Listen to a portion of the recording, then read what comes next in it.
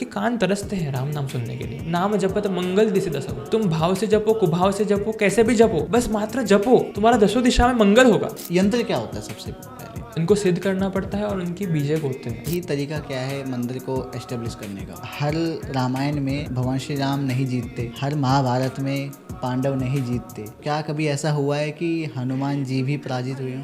ऐसा तो अभी तक नहीं हुआ और ऐसा होगा भी नहीं। उस चंद्रमा को कपड़े की तरह निचोड़ दूं और अमृत निकाल के लक्ष्मण जी के मुख में डाल दूं कि छोड़ो कहीं नहीं जाना। पृथ्वी को मृत्यु लोक कहा है ना, तो मृत्यु लोक से मृत्यु को ही समाप्त कर देता हूँ। तीनों लोग डर गए, तीनों लोग हांगते कांपे। तब हनुमान जी महाराज की स्तुति तुलसीदास जी करते हैं।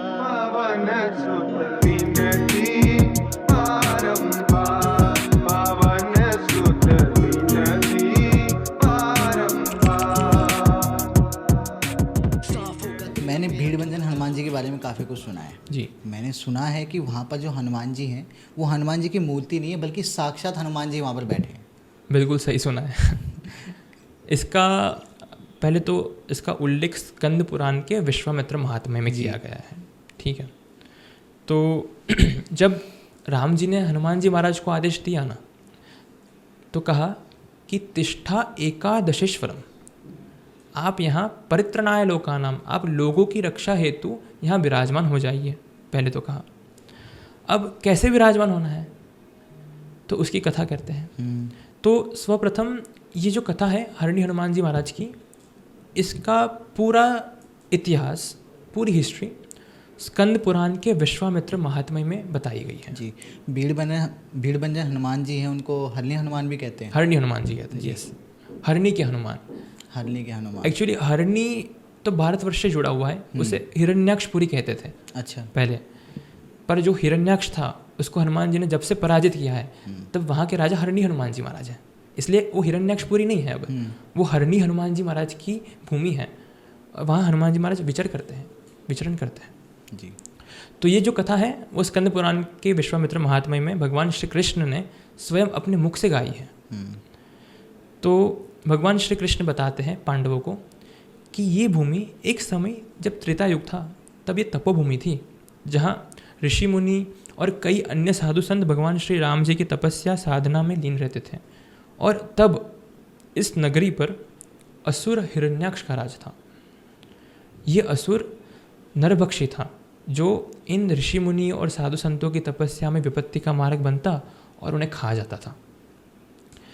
तो क्या हुआ कि यहाँ के जितने भी वीर थे, जितने भी वीर योद्धा थे, साधु संत थे, उन्होंने इस असुर के साथ 6 माह तक भीषण युद्ध किया और वो असुर को पराजित नहीं कर सके और उससे हार गए।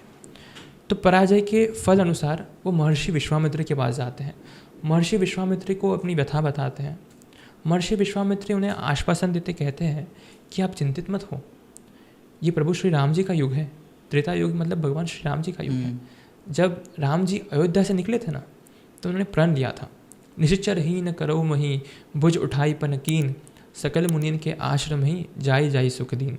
भगवान श्री राम जी ने प्रण लिया है कि इस पृथ्वी को मैं निश्चरहीन कर दूंगा, इस पृथ्वी पर एक भी निश्चर नहीं रहेगा, और मेरे भक्त, मेरे साधु संत जो मेरी तपस्या और साधना में लीन रहते हैं, तो उनके आश्रम पर जाकर उन्हें सुख और शांति प्रदान करूंगा। ऐसे प्रभु श्री राम जी के वचन हैं। तो महर्षि विश्वामित्र ने आश्वासन दिया। तो समय बीतते ही जब रावण को मारने के बाद भगवान अयोध्या से मतलब लंका से लौट रहे थे, तब वो विश्वामित्र ऋषि के आश्रम पे रुके थे। और विश्वामित्र ऋषि का आश्रम यहाँ पावागढ़ पर्वत पर था उस समय। तो ऐसा माना गया है कि यहाँ के जो ऋषि मुनि थे उनको ज्ञात हुआ कि प्रभु श्री राम साक्षात पधारे हैं, तो हम उनके पास जाते हैं, उनकी स्तुति करके उन्हें अपनी विपत्ता बताते हैं। तो यहाँ के ऋषि मुनि उनके पास जाते हैं, उनकी व्यथा बताते हैं और प्रभु श्री राम जी की अनेक रूप से स्तुति करते हैं। तो भगवान श्री राम जी को पता चल गया कि ये असुर बहुत प्रचंडी है और बहुत विकराल रूप में इन असुरों मतलब इन साधु संतों को प्रताड़ित कर रहा है। तो उनसे मुक्त करने के लिए राम जी ने हनुमान जी महाराज को आदेश दिया।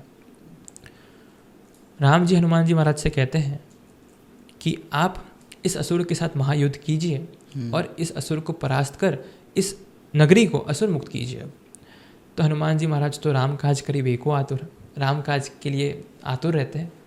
और राम काज लगी तब अवतारा, सुनत भयो पर्वत आकारा, कनक बरन तन तेज बिराजा, पवन तने बल पवन समाना, पवन के वेग से जाते हैं और उस असुर के साथ महायुद्ध करते हैं। स्कंद पुराण के अनुसार ऐसा कहा गया है कि युद्ध 7 दिन चलता है, पर उसमें ना कोई जीतता है ना कोई हारता है। तो यहाँ के साधु संत थे तो वो वापस से विश्वामित्र ऋषि के पास जाते हैं और विश्वामित्र ऋषि के पास जाने के बाद उन्हें कहते हैं कि प्रभु ये असुर मर नहीं रहा। तो विश्वामित्र ऋषि राम जी को आज्ञा देते हैं कि आप युद्ध के लिए तैयार हो। तो जब प्रभु श्री राम जी स्वयं धनुष बाण उठाते हैं तो ब्रह्मा जी की आकाशवाणी होती है और ब्रह्मा जी की आकाशवाणी प्रभु श्री राम जी से कहती है, हे प्रभु श्री राम, जिस असुर को आप मारने जा रहे हो ना, उसने अपनी तपश्चर्या से अजर अमृतत्व का वरदान प्राप्त किया है, उसकी मृत्यु नहीं हो सकती। तो उस युद्ध को देखने भगवान श्री राम और सीता मैया आती है। तो जैसे भगवान आते हैं और भगवान देखते हैं तो उस समय हनुमान जी महाराज ने कनक बूदरा काल शरीरा समर भयंकर अति बलबीरा, कनक मतलब बहुत विराट स्वरूप में युद्ध कर रहे हैं हनुमान जी महाराज उसके साथ। और एक ऐसी स्थिति आती है जहाँ पे हनुमान जी महाराज उस असुर को अपने पैरों से मसल रहे हैं। अच्छा। और उसको दबा रहे हैं। तो वो जो सीन था वो भगवान देख जाते हैं और हनुमान जी महाराज को कहते हैं कि तथास्तु, बस इसको ऐसे ही दबा के रखिए, इसकी मृत्यु नहीं है, इसकी असुरी शक्ति को आप अपने पैरों के तले दबा रखिए। मतलब उनको मार नहीं सकते, बस उनको दबा सकते हैं, हाँ, कर सकते जी। हैं। तो उसको आज भी हनुमान जी महाराज ने वहीं पर दबा के रखा हुआ है। और हनुमान जी महाराज को राम जी ने आज्ञा दी और आज्ञा देते हुए कहा कि आप अपना ये विकराल और विराट रूप त्याग कर मनुष्य रूप में विराजमान हो जाइए, क्योंकि कालांतर में ये नगरी, ये स्थली मनुष्य नगरी बनेगी और आपका इतना भयंकर और विकराल रूप देखकर आपके भक्त, आपके साधु संत आपसे डर जाएंगे। तो आप एकदम सौम्य स्वरूप में विराजमान हो जाइए। तो कहा जाता है कि तब से लेकर हनुमान जी महाराज ने उनका साक्षात स्वरूप इधर विराजमान किया है। तो ये वही हनुमान जी हैं? जी। एक और चीज़ मैंने सुनी है बीड़बंजन हनुमान जी के बारे में कि उनकी जो मूर्त है जो वहाँ पर स्थापित है वो ना मतलब पत्थर की नहीं लगती। उनको अगर हम छुए तो लगता है बहुत ही सॉफ्ट है, जैसे कि सजीव है एकदम। बिल्कुल बिल्कुल, ये सही बात है। अच्छा। जैसे कोई भी दर्शनार्थी या फिर कोई श्रद्धालु मंदिर में प्रवेश करता है तो उसको तो मतलब अनेक अनुभूतियाँ होती है हनुमान जी महाराज की। पर विशेष रूप से मैं एक चीज़ बताना चाहता हूँ कि हमें पता कैसे चलता है कि ये मूर्ति सजीव है, ये साक्षात हनुमान जी महाराज है, इसके प्रमाण क्या है? तो फिजिकल अपीयरेंस से ही मैं बताना चाहता हूँ। तो फर्स्ट ऑफ ऑल हम देखें तो हनुमान जी महाराज का मूल स्वरूप क्या है, तो उसके ऊपर हम चर्चा करेंगे ना, तो इस हरणी हनुमान जी महाराज की प्रतिमा को हम पकड़ पाएंगे। जी। तो हनुमान का अर्थ होता है जिसका जबड़ा टेढ़ा है। जब हनुमान जी महाराज सूर्य को निकल गए थे ना जी, तब इंद्र के वज्र से हनुमान जी महाराज के ऊपर जो प्रहार हुआ था ठुड्डी पर, जी जी, तो उसके कारण हनुमान जी महाराज की जो ठुड्डी थी तो वो टेढ़ी हो गई थी। ये सब जानते हैं। और जिसकी दाढ़ी थोड़ी टेढ़ी है उसे हनुमान कहते हैं। इसका अर्थ ये भी होता है। तो हम हरणी हनुमान जी महाराज के स्वरूप में अगर बहुत ध्यान से दर्शन करेंगे ना तो उनकी जो फेशियल सिमेट्री है ना उसमें हमें पता चलता है कि हनुमान जी महाराज की जो ठुड्डी है, जो दाढ़ी है, वो राइट हैंड साइड बेंड है। जो मूल हनुमान जी महाराज का स्वरूप है ना वो मूल स्वरूप हरणी हनुमान जी महाराज में दिखता है। अब ये पता कैसे चला जी? तो वैसे हम दर्शन करेंगे ना तो उनका जो फेशियल एक्सप्रेशन है और जो फेस रहेगा वो हमें लगेगा कि वो सर्क्यूलर है, पर एक्चुअल में वास्तविक रूप में सर्क्यूलर नहीं है।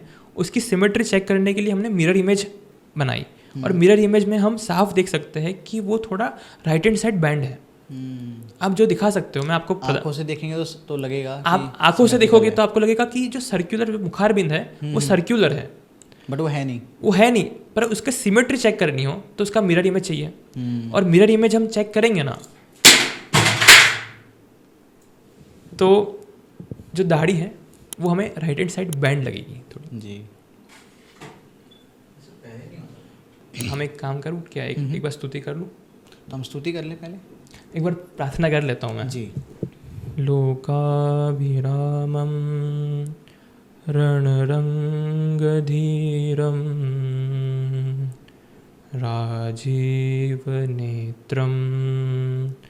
रघुवंशनाथं कारुण्यरूपं करुणाकरन्तं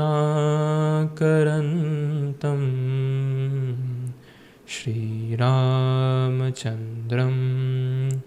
शरणं प्रपद्ये। मनोजवं मारुततुल्यवेगं जितेन्द्रियं बुद्धिमतां वरिष्ठं वातात्मजं वा नरयोत्तमुख्यं श्रीरामदूतं शरणं प्रपद्ये। जय श्री राम। जय श्री राम। केदार जी, अब हम कंटिन्यू कर सकते हैं जी। वैसे ये चीज़ सोचने वाली है कि ऐसा क्यों हो रहा है। मतलब मेरे लगभग अब हर पॉडकास्ट में कुछ ना कुछ होता है। लोग भी कमेंट करते हैं कि भाई, काफ़ी लोगों ने कमेंट किया क्या कि यार अब अगर कुछ होता है तो पता चलेगा कि हनुमान जी महाराज है या फिर कोई और। जी, हमने अभी ने एक स्तुति की है। मैं थोड़ा समझना चाहूँगा उस स्तुति का मतलब क्या है और उससे फ़ायदा क्या होता है, कब करनी चाहिए। बेसिकली ये राम जी की वंदना है। उसके बाद हमने हनुमान जी महाराज की वंदना की थी। तो राम जी की वंदना इसलिए की थी कि अगर हमें हरणी हनुमान जी महाराज कह लो या फिर हनुमान जी महाराज कह लो, एक ही है। तो हनुमान जी महाराज को हमें बुलाना है तो वो राम नाम से प्रसन्न होते हैं, राम नाम से वो आते हैं, राम नाम सुनने उनके कान तरसते हैं राम नाम सुनने के लिए। ठीक है। तो रामचरित सुने बेको रसिया, और राम नाम उनको इतना प्रिय है कि जहाँ राम का नाम लिया जाता है ना, यत्र यत्र रघुनाथ कीर्तनम तत्र तत्र कृतमस्तकांजलि, वो वहाँ होते ही होते हैं। इसलिए हमने स्टार्टिंग में प्रभु श्री राम जी की वंदना की और राम जी की वंदना में हमने हनुमान जी महाराज की भी वंदना की। इसलिए अगर हम राम जी की वंदना करते हैं या फिर हम रामचरितमानस का पाठ करते हैं या फिर हम राम नाम का जाप करते हैं ना, तो निश्चित रूप से हम ये मान सकते हैं कि हरणी हनुमान जी महाराज या हनुमान जी महाराज हमारे साथ हैं। क्योंकि राम कथा और राम नाम जो लेता है ना, उसका दसों दिशा में अमंगल नहीं हो सकता।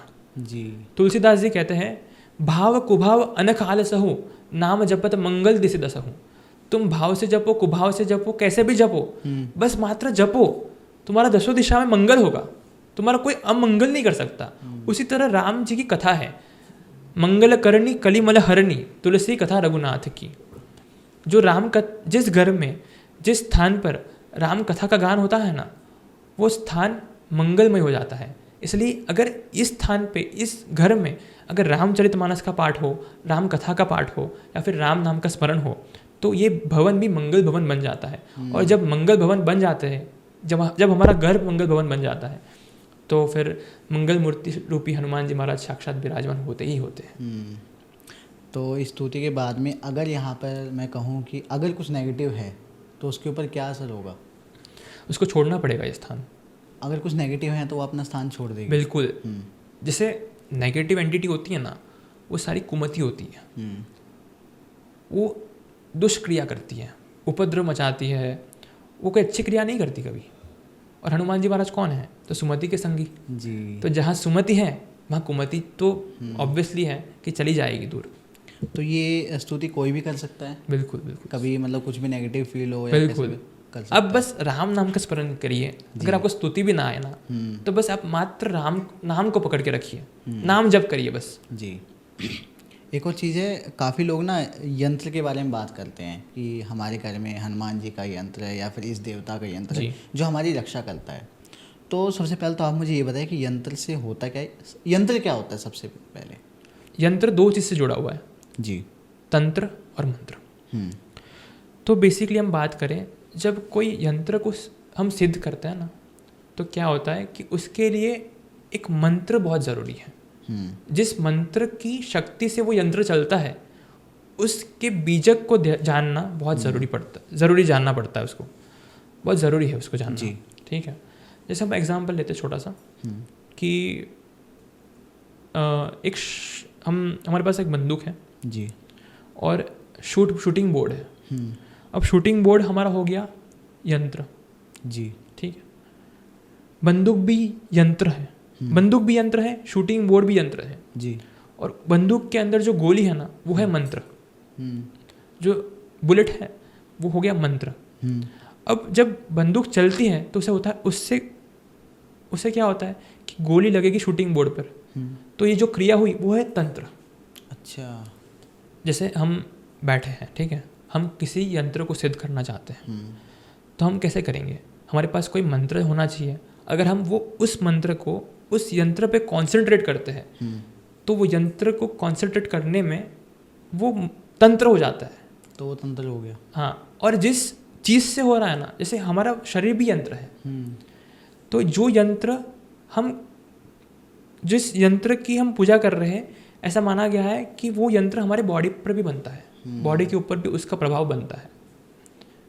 तो ये जो होते हैं सुरक्षा कवच या सुरक्षा यंत्र, हाँ, ये ऐसे ही काम करते हैं जी, हमारी रक्षा करते हैं। तो इनको सिद्ध करना पड़ता है, इनको सिद्ध करना पड़ता है और उनके बीजक होते हैं और उसकी षोडशोपचार पूजा होती है। पहले कोई भी यंत्र, कोई भी विग्रह आप ले लो तो उसे ऐसे ही नहीं रख सकते हैं मंदिर में, उसका पहले प्योरिफिकेशन होता है।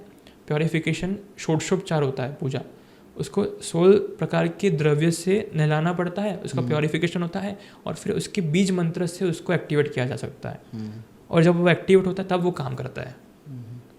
ऐसे कुछ लोग होते हैं जो एक ही मंदिर में, एक मंदिर है उनका, उसी में ही यंत्र रखे हुए हैं, 2-3 मार्केट से ख़रीदा या कैसे भी उनके घर पे आ गया, और उसके बाद मंदिर में ही मूर्ति रखी है हनुमान जी की, साथ में कई और भी भगवान देवता हैं उनकी रखी है, तो मतलब मंदिर पूरा भर रखा है उन्होंने जी। हाँ, तो उससे क्या कुछ असर पड़ता है? मतलब सही तरीका क्या है मंदिर को एस्टेब्लिश करने का? देखिए, सबसे बड़ी बात यह है कि आप मार्केट से मूर्ति लाए या किसी दुकान से मूर्ति लाए जी, ठीक है, तो मैंने जैसे बताया ना कि उस मूर्ति का शुद्धिकरण करना पड़ता है। जैसे वो मार्केट में है या फिर दुकान में जो मूर्ति है ना, वो प्रदर्शन है, वो दर्शन शास्त्र नहीं है। जब तक वो दुकान में है तब तक वो मात्र प्रदर्शन है, उसको उसकी हम पूजा नहीं कर सकते, ठीक है। अब हम जब उसको घर लाते हैं तो उसका शुद्धिकरण होता है षोडशोपचार पूजन से, उसका पंचोपचार पूजन होता है जी, उसको पंच द्रव्य से हम लोग साफ करते हैं, प्योरीफाई करते हैं। अब जब वो प्योरीफाई हो जाता है फिर हम अलग अलग मंत्र से उसको उच्चारण करके उसको एक्टिवेट करते हैं और उस मंत्र की शक्ति से उस यंत्र में या फिर उस विग्रह में एक चेतना प्रवेश कर जाती है और हम चेतना की पूजा करते हैं। इसलिए कोई भी मंत्र हो या फिर कोई भी विग्रह हो तो उसमें जो पूजा होती है ना, वो यंत्र की नहीं होती, उस चेतना की होती है, जो चेतना हम लोगों ने उसके अंदर डाली हुई है। जी, तो यानी कि अगर हम मूर्ति ले आए, भगवान की मूर्ति ले आए, मंदिर में रखा, उनकी पूजा करनी हमने स्टार्ट कर दी, हाँ, तो वो काम तो करेगी, बिल्कुल, वो धीरे धीरे एक्टिवेट होगी, वो धीरे धीरे एक्टिवेट होगी। जो प्रोसीजर है ना वो सही तरीके से नहीं किया तो मतलब टाइम लगता है उसमें जी, एक्टिवेट होने में। वो एक्टिवेट हो जाएगी एक दिन, क्योंकि निरंतर कांस्टेंट स्मरण हो रहा है भगवान का, कांस्टेंट चिंतन हो रहा है, तो बिल्कुल वो एक दिन एक्टिवेट हो ही जाएगी। जी, जैसे मैं बताया कि मंदिर के अंदर ना काफ़ी अलग अलग देवी देवताएं विराजमान हैं, तो क्या हम ऐसा कर सकते हैं या फिर स्पेसिफिकली मैंने ऐसा भी सुना है कि एक मंदिर में एक मुख्य देवता होना चाहिए? देखिए, जैसे शास्त्र ने बताया ना, तो 5 देवी देवताओं की पूजा का विधान बताया हुआ है। 5 से ज़्यादा नहीं होने चाहिए?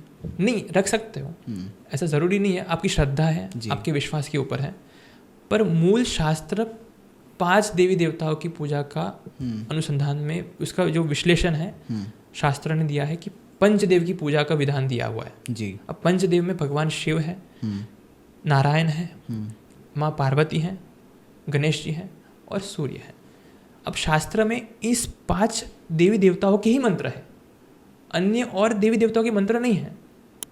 अगर प्राण प्रतिष्ठा भी करनी हो ना तो बस 5 तत्व के ही यंत्र है, 5 देवी देवताओं के ही मंत्र है, तो प्राण प्रतिष्ठा में कोई अलग देवी देवता को हम मंत्र करके, मतलब अभिमंत्रित करके या फिर प्राण भर के हम लोग मंत्र नहीं कर सकते।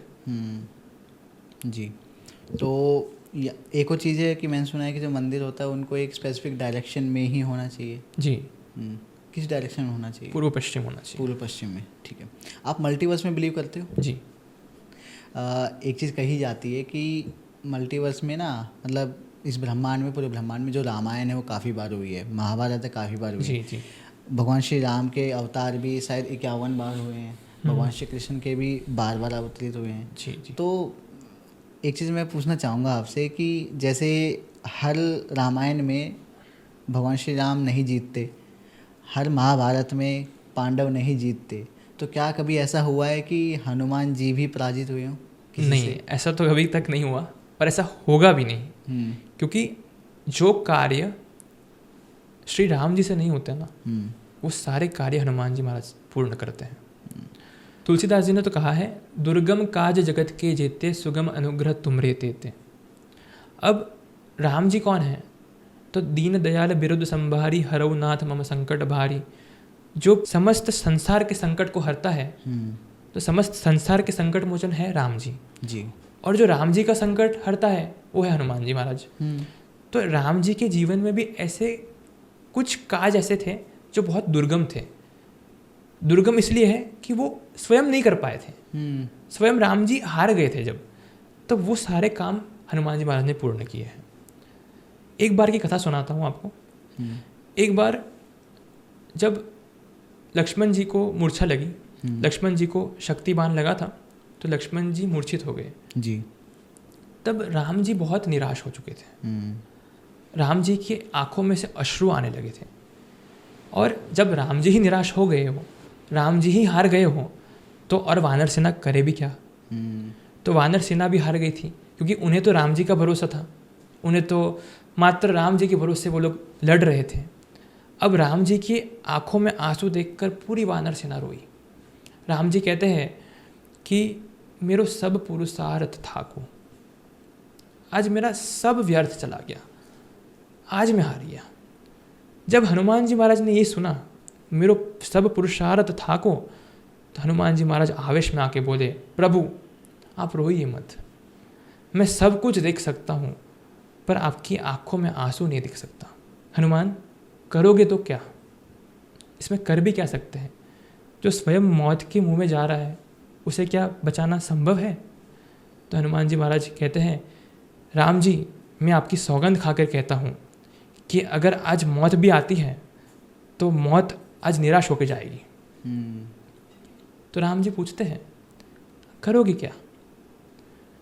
तो हनुमान जी महाराज कहते हैं, अमृत ले आऊँगा। तो राम जी कहते हैं कि विष देखने मिलता है, अमृत देखने नहीं मिलता। बस अमृत का तो सुना है कि अमृत एग्जिस्ट करता है। तो हनुमान जी महाराज कहते हैं, जहाँ पर अमृत है वहाँ से लेके आऊँगा। हनुमान जी महाराज आवेश में आके, एकदम भगवत आवेश में आके बोले, प्रभु मैंने सुना है कि चंद्रमा में अमृत है। चंद्रमा में, इसलिए उसको सुधाकर भी कहा जाता है चंद्रमा को। उस चंद्रमा को मैं कपड़े की तरह निचोड़ दूं और अमृत निकाल के लक्ष्मण जी के मुख में डाल दूं। अगर आप मुझे आदेश दो तो चंद्रमा को निचोड़ दूं और कपड़े की तरह निचोड़ के जितना अमृत बचता है वो सारा अमृत मैं लक्ष्मण जी के मुख में डाल दूं। आज जो अनुशासन पाऊं, अगर आज आज्ञा कर दो आप, तो चंद्रमा को निचोड़ दूंगा मैं।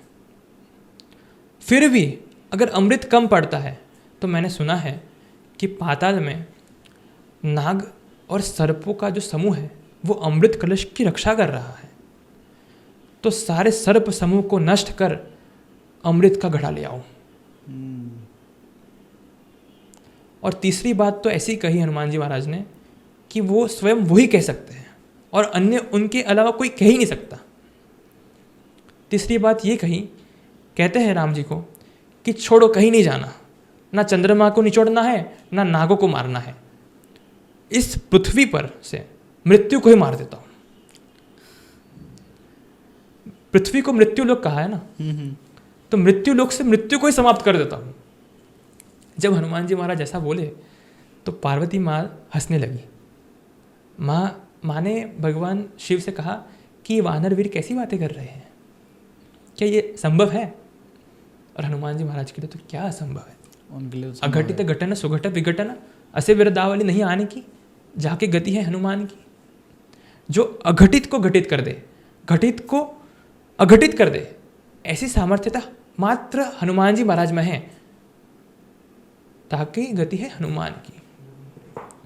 तो जब पार्वती माँ ने भगवान शिव से कहा कि ये सच में पॉसिबल है क्या, तो भगवान शिव माँ को कहते हैं, पार्वती को कहते हैं, हाँ पार्वती ये संभव है, क्योंकि साक्षात शिव है, महाकाल है, काल उनके अंदर रहता है ना जी, तो संभव है।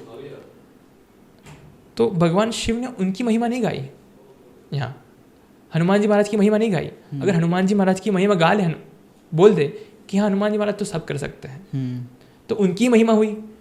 तो भगवान शिव कहते हैं, उमा न कछु कपि के अधिकाई, प्रभु प्रताप जो काल ही खाई। ये तो प्रभु का प्रताप है कि हनुमान जी महाराज काल को भी खा सकते हैं।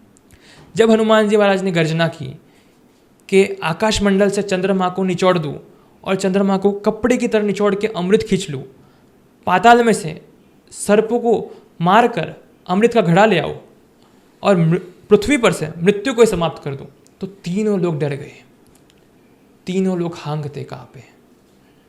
तब हनुमान जी महाराज की स्तुति तुलसीदास जी करते हैं, और तुलसीदास महाराज ने ऐसा भाव रखा है कि वीर वानर श्रेष्ठ शांत हो जाइए, शांत हो जाइए, आपन तेज समारोह आपे, तीनों लोग हांगते कांपे, शांत हो जाइए। इसलिए ऐसी सामर्थ्यता हनुमान जी महाराज में है। यद्यपि हनुमान जी महाराज ने तो मात्र राम जी के आदेश का पालन किया है। जामवंत जी ने कहा कि कोई सुषेण को ले आओ, तो सुषेण को ले आए, वरना ये सामर्थ्यता हनुमान जी महाराज में थी। इसलिए जब तक हनुमान जी महाराज नहीं हारते, तब तक पूरी वानर सेना नहीं हारती। एक प्रसंग मुझे याद है जी, वाल्मीकि रामायण में, जब मेघनाद ने सारी वानर सेना को नागपाश में बांध लिया था ना, तो सब लोग मूर्छित हो गए थे। तो सुग्रीव जी और जामवंत जी बाजू बाजू में पड़े थे नीचे। तो कुछ टाइम के बाद उन्हें होश आता है। होश आने के बाद जामवंत जी सुग्रीव जी से कहते हैं कि हे वानर राज सुग्रीव, हनुमान जी महाराज ठीक है ना? सुग्रीव जी कहते हैं, आप हनुमान जी महाराज की बात कर रहे हो, राम जी का पूछिए, लक्ष्मण जी का पूछिए, हनुमान जी महाराज की क्या बात कर रहे हो?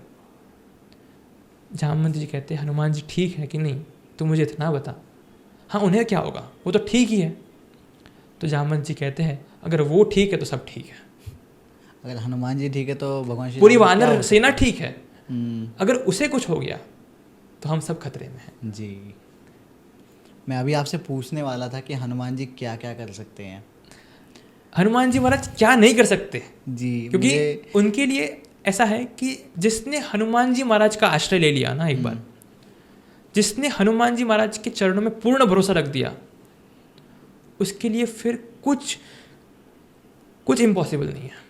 सारी चीज़ें सुगम हो जाती है। सुगम अनुग्रह तुमरे तेते, क्योंकि अघटित को घटित कर देते हैं, सुघटित को अघटित कर देते हैं। ऐसी सामर्थ्यता केवल और केवल हनुमान जी महाराज में है। तो हनुमान जी में ऐसी क्या विशेषता है कि पांचों देवी देवताओं की पूजा हो जाती है? ये बहुत सहज है। जैसे हम देखें तो हनुमान जी महाराज साक्षात शिव हैं। सर्वप्रथम हम देखें तो हनुमान जी महाराज और भगवान शिव में निमिष मात्र भी अंतर नहीं है। जो गुण, जो तत्व भगवान शिव में है, वो सारे तत्व श्री हनुमान जी महाराज में दिखाई देते हैं। जो चेतनाएं हनुमान जी महाराज में है, वही चेतनाएं शिव जी में है। जैसे हम बात करें तो भगवान शिव के पास गंगा जी है, ठीक है। भगवान शिव की जटा में गंगा जी का निरंतर स्रोत बहता जाता है। उसी तरह हनुमान जी महाराज के पास भी गंगा जी हैं। तो हनुमान जी महाराज के पास गंगा जी किस रूप में है? हनुमान जी के पास गंगा जी हैं। जी, कैसे? तो हाँ, तो तुलसीदास जी ने इसकी शोध तुलसीदास जी ने की थी। तुलसीदास जी कहते हैं, पूछ ही रघुपति कथा प्रसंगा, सकल लोक जग पावनी गंगा। जैसे भगवान शिव के पास भगीरथी गंगा है ना, जी। उसी तरह हनुमान जी महाराज के पास राम कथा रूपी गंगा है। अब जैसे भगीरथी गंगा का जो गुण है वो जीव को तारना और जीव के समस्त पाप को दूर करना, उसी तरह राम कथा रूपी गंगा भी जीव के समस्त पाप दूर कर पाप विमोचनी कहलाती है और जीव को इस भव सागर से पार करवाती है। तो मतलब जो गुण रामचरितमानस रूपी गंगा में है वो सारे गुण भगीरथी गंगा में है। जैसे भगवान शिव के भाल पर चंद्रमा सुशोभित रहता है, जिसे वक्र चंद्र भी कहा गया है और अर्ध चंद्र भी कहते हैं, उसी तरह हनुमान जी महाराज के पास भी चंद्र है। तो हनुमान जी महाराज के पास चंद्र किस रूप में है? तो तुलसीदास जी महाराज से ही सब व्याख्याएं निकलती हैं। तुलसीदास जी महाराज कहते हैं हनुमान जी महाराज के पास पूर्ण पुरुषोत्तम रूपी पूर्ण चंद्र श्री रामचंद्र है। जैसे भगवान शिव के पास वक्र चंद्र अर्ध चंद्र, तो हनुमान जी महाराज के पास पूर्ण चंद्र जी। अब हनुमान जी महाराज के भी इष्ट राम हैं, हनुमान जी महाराज को भी राम कथा अति प्रिय, राम नाम अति प्रिय, उसी तरह शिव जी को भी राम नाम अति प्रिय है।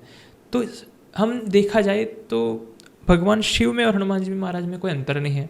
अब भगवान शिव की पूजा करो या हनुमान जी महाराज की पूजा करो, एक ही बात है, निमिष मात्र अंतर नहीं है।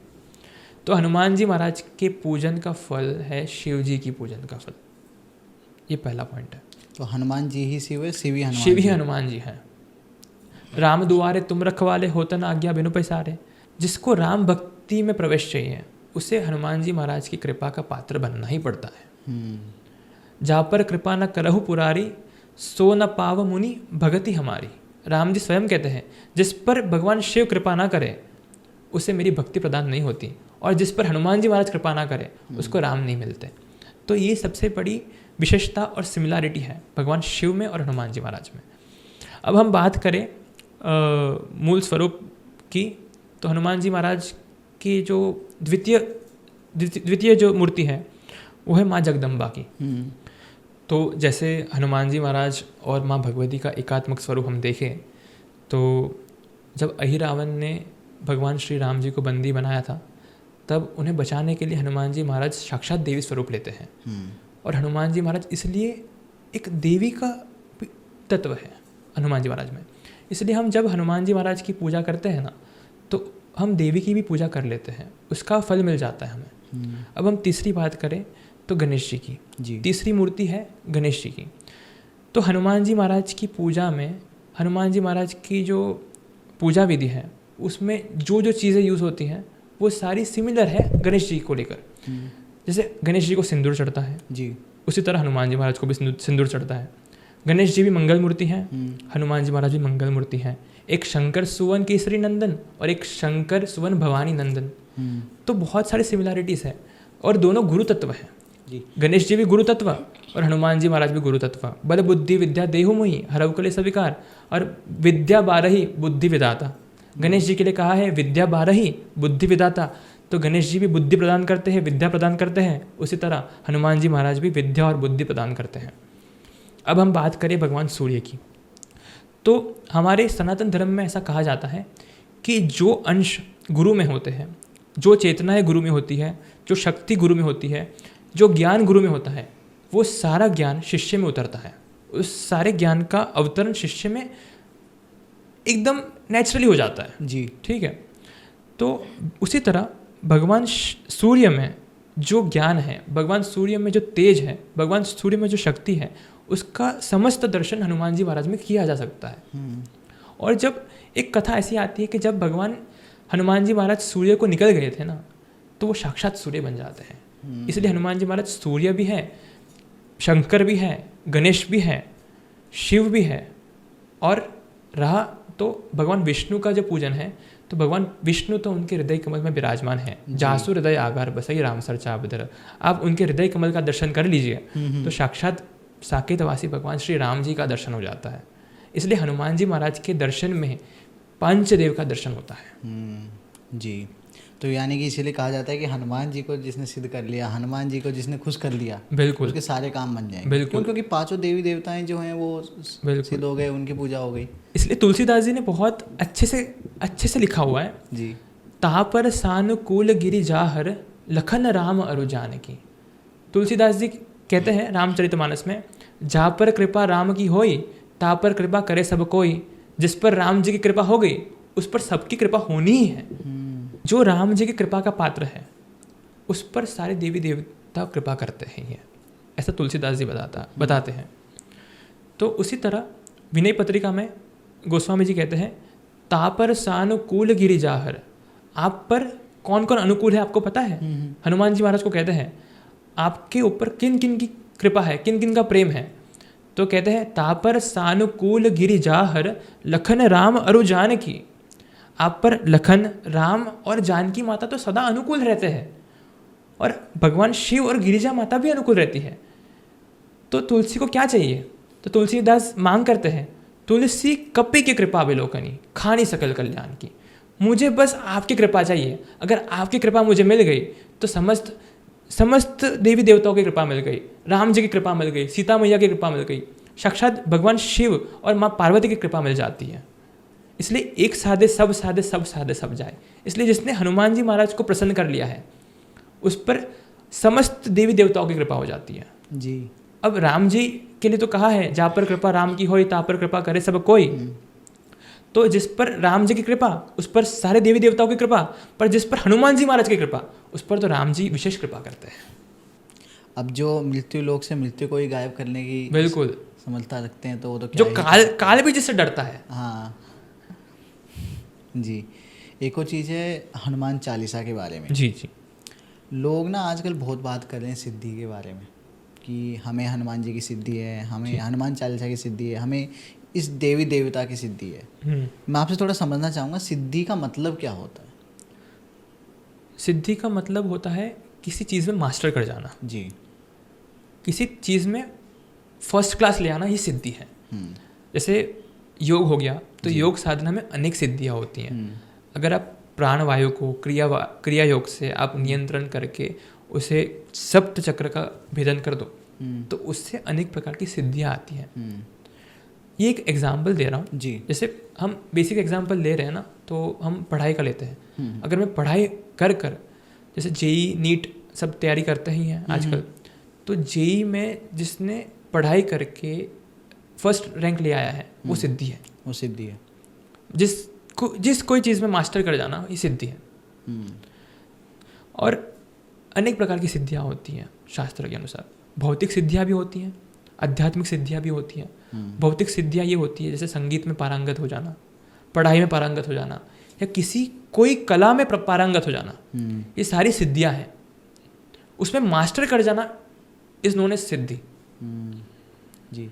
एक और चीज़ है लोग ना तांत्रिक जो वर्ड होता है ना, अभी तो मेरी सोच थोड़ी बदल गई है, नहीं तो तांत्रिक का नाम लेते ही लोगों के सामने वही एक काला चोला पहने हुए एक इंसान है और हाथ में एक खोपड़ी है, ये मतलब रूप है जो सामने आता है जी। लेकिन मेरे हिसाब से तांत्रिक वो नहीं होता। तांत्रिक तो आजकल हमारे और आपकी तरह ऐसे ही बैठे हुए हैं पैंट शर्ट पहन के ऐसे ही घूम रहे हैं नॉर्मली। तो तांत्रिक जो होते हैं उनको सिद्धि होती है। वो सिद्धि देखो क्या होता है कि वो सिद्धि साधन से प्राप्त होती है, ठीक है, साधना से प्राप्त होती है। अब कोई सिद्धि ऐसी देखो प्रयोग हो सकते हैं, अनेक प्रकार के प्रयोग हो सकते हैं जिससे उसका फल मिल सकता है। इसका अर्थ ये नहीं है कि उसके पास सिद्धि है, ठीक है। अगर कोई ब्लैक मैजिक करता है जी, ठीक है, तो उसके पास ब्लैक मैजिक की सिद्धि नहीं है, उसके पास बस ब्लैक मैजिक का प्रोसीजर है। अच्छा, तुम इतना करोगे, ऐसा करोगे, वैसा करोगे तो वो ऐसा होगा। तो मतलब जरूरी नहीं कि सब तांत्रिक जो हैं जो सिद्धि का अर्थ है उनको सिद्धि कि सिद्धि प्राप्त करने के बाद कुछ क्रिया करनी नहीं पड़ती, वो लास्ट स्टेज है। अब संगीत में अगर किसी ने सिद्धि हासिल की है तो फिर उसको संगीत सीखने की जरूरत नहीं पड़ेगी क्योंकि वो ऑलरेडी मास्टर हो चुका है उसमें। कुछ बचा ही नहीं है, कुछ बचा ही नहीं है। सिद्धि का अर्थ है पूर्ण हो जाना जी। जो अपूर्ण है उसे सिद्धि नहीं कहते हैं। और किसी प्रकार की भी सिद्धि चाहिए, किसी भी प्रकार की सिद्धि, तो हनुमान चालीसा का पाठ करिए। हनुमान चालीसा का पाठ करने से अनेकों प्रकार की सिद्धि मिल जाएगी। जिस फील्ड में आप ग्रो करना चाहते हो, कुछ भी ले लो, मतलब कुछ भी, आपके पास मल्टीपल ऑप्शंस है, कोई भी ऑप्शन ले लो और उसमें आपको मास्टर करना है अपने आप को, तो तो आप हनुमान चालीसा का पाठ करिए। केदार जी, एक और चीज़ है, हनुमान चालीसा का नाम इस पॉडकास्ट में बार बार आया, सिद्धि की बात तो भी आया और भी कई चीज़ों में आया। हनुमान चालीसा हो गई, बजरंग बाण हो गया, ये तो हनुमान चालीसा और बजरंग बाण है ना, ये बहुत ज़्यादा मैं कहूँगा फेमस है या फिर लोग इनको ज़्यादा फॉलो करते हैं। तो हनुमान चालीसा तो हम डेली पढ़ सकते हैं। मैंने कहीं सुना था, एक कोई है क्रिएटर है, वो कहते हैं कि हनुमान चालीसा ना रोज़ नहीं पढ़नी चाहिए, डेली अगर आप पढ़ते हो तो आप ना इमोशनलेस हो जाते हो।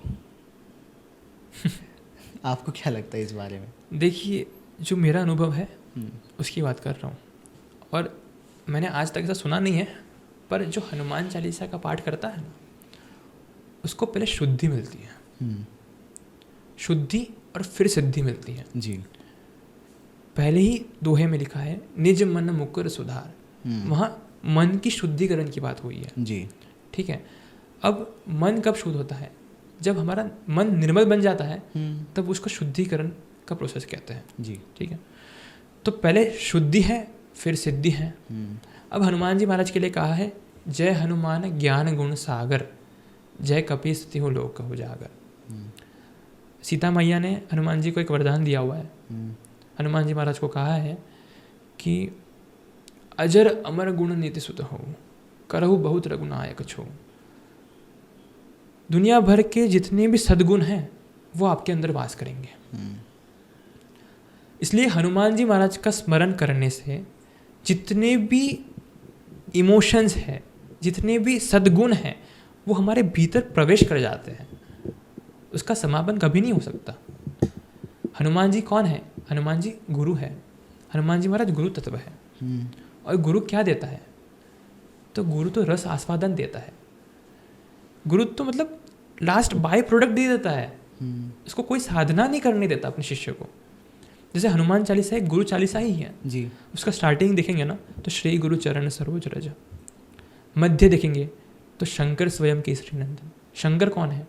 तो गुरुम शंकर रूपिणम, साक्षात शंकर गुरु जी है। और जय जय जय हनुमान गोसाई कृपा करो गुरुदेव की नाई। तो हनुमान जी गुरु है, और गुरु का एक स्वरूप, एक स्वभाव ऐसा है। कबीरदास जी कहते हैं, गुरु और पारस में इतना अंतर जान, पारस लोहे को सोना करे, गुरु बनाए आप समान। अब जो हनुमान जी जैसा बन जाएगा हनुमान चालीसा पढ़कर, तो उसमें क्या इमोशन कम पड़ेंगे क्या? नहीं। जिसने अपने इमोशन के बल पर, जिसने अपने प्रेम के बल पर स्वयं साक्षात भगवान श्री राम जी को वश में कर रखा है, सुमेरि पवन सुत पावन नामू, अपने बस करी राखे रामू। सारे देवी देवता सोचते हैं कि हनुमान जी महाराज ने ऐसा तो क्या वशीकरण किया है राम जी के ऊपर कि राम जी हनुमान जी महाराज के वश में रहते हैं, जो हम नहीं कर पाए, जो हनुमान जी महाराज ने कर दिया। तो राम जी के ऊपर हनुमान जी महाराज ने प्रेम का वशीकरण किया है। और हनुमान जी महाराज जैसा हमें बनना है, तो हनुमान चालीसा का पाठ तो नित्य करना पड़ेगा। उनका स्मरण तो अवश्य है, उनके स्मरण से प्रेम जागृत होता है जी, और इमोशंस और बढ़ते हैं, इमोशंस स्ट्रांग बनते हैं। ये मेरा अनुभव है जी। एक और मैंने सुना है पंचमुखी हनुमान जी होते हैं, तो उनके लिए ना लोग ऐसा कहते हैं कि पंचमुखी हनुमान जी को अगर आपको स्थापित करना है, आपको उनकी पूजा करनी है, तो उसके लिए ना आपको बहुत कुछ स्ट्रगल करना पड़ेगा, इतना आसान नहीं उनको सिद्ध करना। तो क्या फ़र्क होता है मतलब नॉर्मल हनुमान जी में और पंचमुखी हनुमान जी में? जैसे अनुष्ठान की विधि है जी, साधना की विधि है, तो अनेक रूप है हनुमान जी महाराज के, और अनेक रूप की अलग अलग विधियाँ हैं जी। अगर हम अनुष्ठान करते हैं तो अनुष्ठान का अर्थ ही होता है अणु अणु का ध्यान रखना। उसमें बहुत सारे नियम होते हैं, पर जो साधक है जी, उसे ये सब नियम लागू पड़ते हैं। नॉर्मली हम रख सकते हैं, नॉर्मली रख सकते हैं, पर उसकी उपासना उस वे में अगर करनी है आपको, जैसे आप बता रहे हो कि जो कुछ नियम होते हैं उस नियम को फॉलो करके आपको वो फल चाहिए, तो आपको फिर वो नियंत्रण में मतलब करना पड़ता है, तब करना पड़ेगा जी। वरना तो आप नॉर्मली पूजा कर सकते हो उनकी, कोई दिक्कत नहीं है, दर्शन भी कर सकते हो, दर्शन भी कर सकते हो, लेकिन अगर आपको उपासना करनी है, उनकी साधना करनी, उनके अनेक फल हैं जी, अनेकों फल है उसके, तब वो चीज़ें लागू हो जाती हैं जी। केदार जी, हनुमान जी के बारे में जितनी बातें की जाए उतने कम है। अभी ये जो लास्ट टॉपिक है इसको मैं यहीं पर छोड़ना चाहूँगा, ताकि हम जब नेक्स्ट टाइम मिलें जी तो पंचमुखी हनुमान जी के बारे में, इनकी साधना के बारे में, अनुष्ठान के बारे में जी हम डिटेल में बात करें। एक बिल्कुल। अलग से डेडिकेटेड पॉडकास्ट हो जिसमें ये सब बातें हों।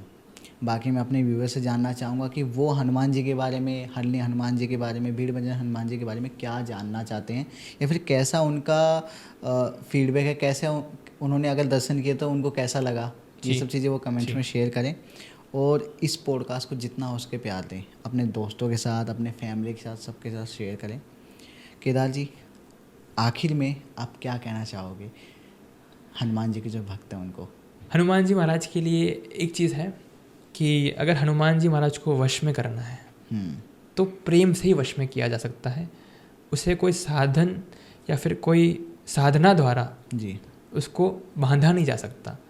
अगर हम चाहते हैं कि हनुमान जी महाराज हमारे साथ रहे तो हम निरंतर रामचरितमानस का गान करें, घर घर में रामचरितमानस जाए। और तुलसीदास जी तो यही कहते हैं कि भाव कुभाव अनखालस हूँ, भाव से जपो। हनुमान चालीसा कैसे भी जप सकते हो, भाव से, कुभाव से, कैसे भी।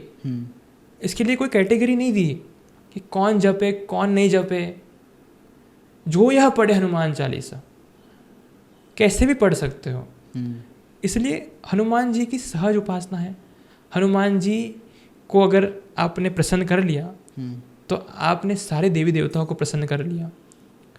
और एक चीज़ मैं अंत में कहना चाहता हूँ, मेरे अनुभव में जीवन का एक ही सार है, वो है सिय राम स्वरूप अगाध अनूप बिलोचन नयनन मीनन को जलु है। श्रुति राम कथा मुख राम को नाम हिय पुनि राम को थलु है। गति राम ही सो मति राम ही सो रति राम ही राम को बलु है।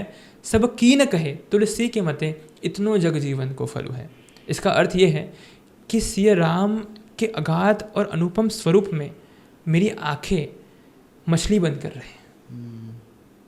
सिय राम के अगाध रूपी समुद्र में मेरी नयन, मेरे आंखें मछली बंद कर रहे, और मेरे कान में राम कथा, मेरे मुख में राम नाम, श्रुति राम कथा मुख राम को नाम हिय पुनि राम को थलु है। मेरे हृदय में राम का घर, हिय पुनि राम को थलु है। मेरी गति राम, मेरी मति राम, मेरी रति राम, मेरी सब क्रियाएं राममय हो जाए। तो तुलसीदास जी कहते हैं सब कीन कहे तुलसी के मते इतनो जग जीवन को फलु है।